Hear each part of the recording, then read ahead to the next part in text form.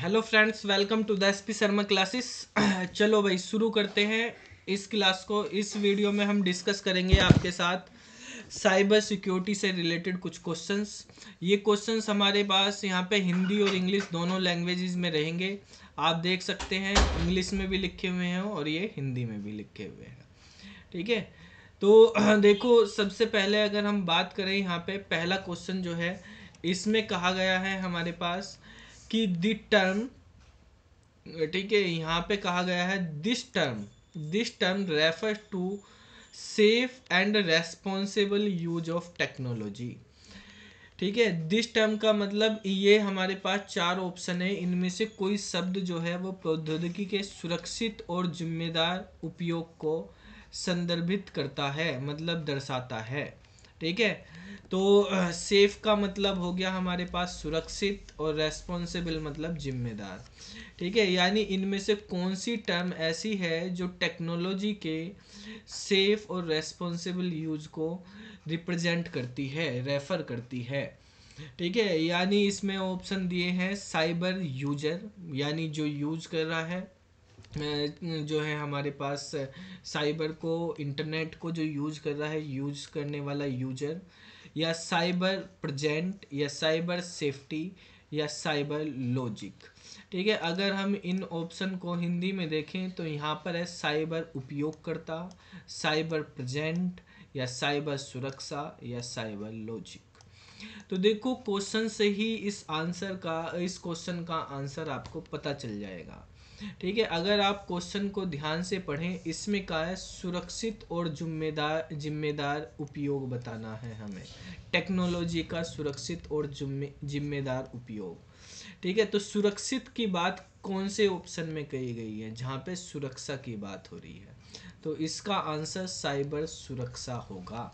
क्या होगा, साइबर सुरक्षा। यानी यहाँ पर भी आप देख सकते हैं, यहाँ से भी आप देख सकते हैं कि जब हम सेफ्टी की बात कर रहे हैं तो सेफ्टी जो है, यानी सेफ होना चाहिए हमारा टेक्नोलॉजी का यूज, तो उसका मतलब साइबर सेफ्टी की बात की जा रही है। ठीक है, तो सेफ से रिलेटेड है यहाँ पे सेफ्टी, सुरक्षित से रिलेटेड है सुरक्षा। ठीक है, तो सी वाला आंसर आपका सही हो जाएगा। क्वेश्चन नंबर 2 पे आते हैं। सेकंड क्वेश्चन है, इसमें कहा गया है कि this type of fraud that involves using someone else identity to gain other benefit.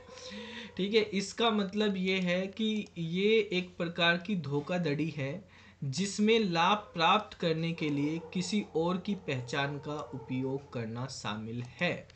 ठीक है, मतलब एक ऐसी धोखाधड़ी जिसमें हमने किसी और की आइडेंटिटी का, उसकी पहचान का यूज किया। जैसे आजकल आप देखते होंगे बहुत सारे व्हाट्सएप पे वीडियो आती रहती हैं, उनमें वीडियो में दिखाया जाता है कि कोई बन के आ रहा कि हम कोरोना जो है वॉरियर हैं, आपके यहाँ पे चेक करने आए हैं टीका लग गया है या नहीं लग गया है किसी को।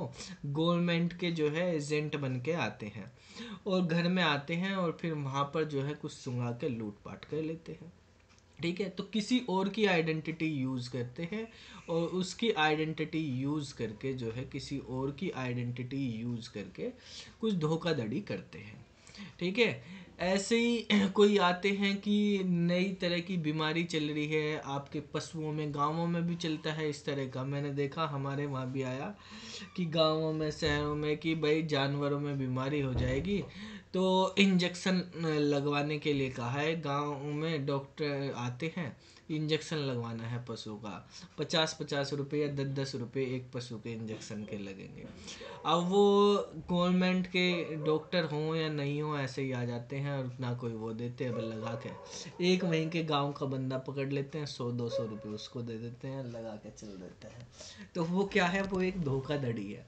तो किसी दूसरे की आइडेंटिटी यूज करके आप जो है धोखाधड़ी कर रहे हो।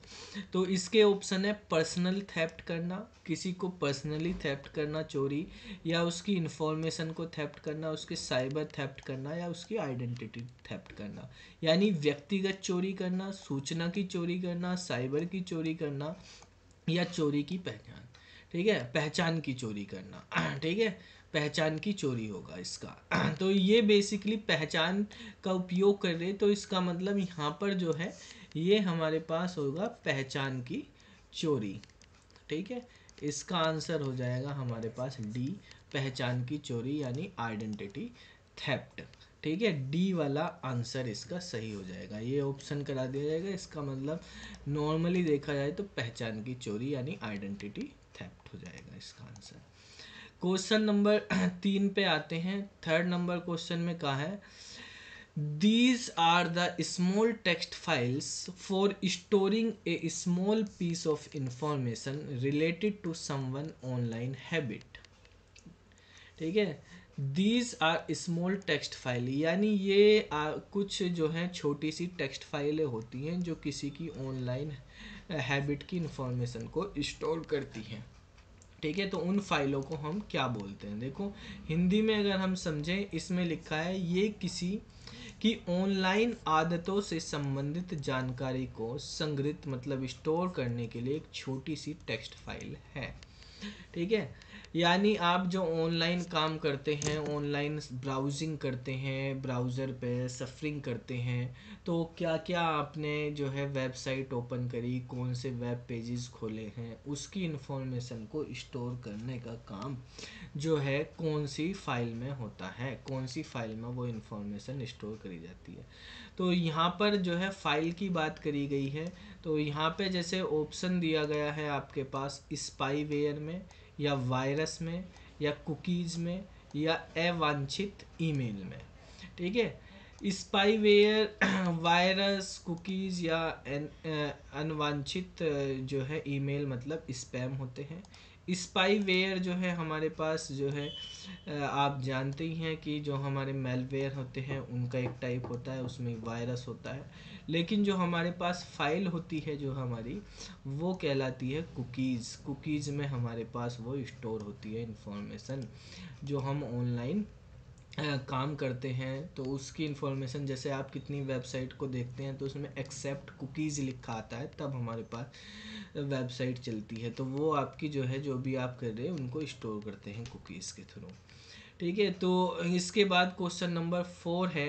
क्वेश्चन नंबर 4 में कहा गया है this is a unique address assign to every computer when connected to a internet, यानी किसी नेटवर्क से कनेक्ट होने पर जब कोई भी कंप्यूटर इंटरनेट से कनेक्ट होता है, ठीक है, तो यह प्रत्येक कंप्यूटर को दिए जाने वाला एक अनूठा पता होता है, यानी यूनिक एड्रेस होता है।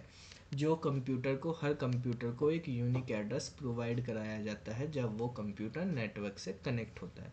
तो उस एड्रेस को हम मैक एड्रेस बोलते हैं, या कंप्यूटर का नाम बोलते हैं, या यूआरएल एड्रेस बोलते हैं, या आईपी एड्रेस बोलते हैं। ये इसमें कहा गया है, यानी मैक पता, कंप्यूटर का नाम, यूआरएल पता, या आईपी पता क्या बोलेंगे? तो बच्चा इसका जो करेक्ट आंसर होगा वो होगा आईपी एड्रेस। उसको हम आईपी एड्रेस, यूनिकली आइडेंटिफाई जो नेटवर्क में हम कंप्यूटर को करते हैं वो आईपी एड्रेस के थ्रू किया जाता है।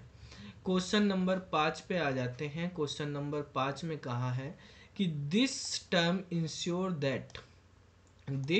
इंश्योर दैट जो है हमारे पास only authorize user get access to sensitive and protected data, यानी ये कह रहा है कि दिस टर्म का मतलब यह शब्द सुनिश्चित करता है, इंश्योर करता है कि केवल अधिकृत और उपयोगकर्ता यानी जो ऑथोराइज बंदे हैं वही जो है एक्सेस कर पाएंगे जो आपकी सेंसिटिव और प्रोटेक्टेड डेटा है, यानी संवेदनशील और संरक्षित डेटा तक उन्हीं ही की पहुंच हो सकती है जो अधिकृत उपयोगकर्ता है, यानी जिनका वो है, जो ऑथोराइज यूजर हैं वही सेंसिटिव इंफॉर्मेशन को एक्सेस कर सकते हैं, कोई और नहीं कर सकता। जैसे आपका मोबाइल है, आप मोबाइल को, अपने मोबाइल को यूज़ करना तो आपने फिंगरप्रिंट या पासवर्ड लगाया हुआ है तो आप ही यूज़ कर पाएंगे, कोई और ना कर पाए। आपकी ईमेल है, ठीक है, बैंक की डिटेल है तो सेंसिटिव रखनी है मतलब। आप ही यूज़ कर पाए, कोई और ना। तो उसका मतलब आपको छुपा के रखनी होगी वो, ठीक है, दूसरों से कॉन्फिडेंशियल रखनी होगी। तो इसको हम सेफ्टी बोलते हैं, प्रोटेक्शन बोलते हैं, कॉन्फिडेंशियलिटी बोलते हैं, या प्रोवाइड बोलते हैं। प्रोवाइड करा दोगे किसी को तो फिर क्या रह गया उसमें, प्रदान थोड़ी करना है हमें, ठीक है। तो हमें ये देखना, देखो सुरक्षा करना एक चीज़ अलग है, लेकिन हम ये कह रहे हैं कि किसी और की पहुंच से बाहर हो, आपकी पहुंच में ही हो, आप ही उसको जो है एक्सेस कर सकें। तो उसका मतलब गोपनीय बना के आपको रखना होगा, गोपनीयता उसको बोलेंगे हम, ठीक है। जब गोपनीयता रहेगी तो सुरक्षा भी रहेगी। सुरक्षा हमारे पास यहाँ पर जो है प्रोटेक्शन के थ्रू या सेफ्टी के थ्रू, दोनों का मतलब ही है। कॉन्फिडेंशियलिटी जो है हमारे पास, इसका करेक्ट आंसर हो जाएगा सी आंसर, ठीक है। तो इस तरह से है हमारे पास ये क्वेश्चंस हमने यहाँ पे कुछ डिस्कस किए 5 क्वेश्चन। बाकी जो है हम इसी तरह से और भी क्वेश्चन आपके साथ जो है शेयर करते रहेंगे। तो दोनों लैंग्वेज में, कुछ बच्चों को हिंदी का भी कि सही तरह से इंग्लिश का नहीं आता, तो हिंदी के लिए भी हमने क्वेश्चन का ये डेटा तैयार करे हैं, जिसमें आपको हिंदी में भी मिल जाएंगे। और वीडियो बनाने का मतलब ये इसी लिए है यहाँ पर हिंदी में भी, कि जो हमारे पास जो भी इसमें वो होगी, इनको बिल्कुल जो है हिंदी उसकी ट्रांसलेशन बिल्कुल सही तरीके से, फिर जैसे वीडियो बनाते हैं पता चलता रहेगा, बिल्कुल एक्यूरेट करवा दी जाएगी, ठीक है। तो फिर मिलते हैं अगली वीडियो में, तब तक के लिए बाय बाय।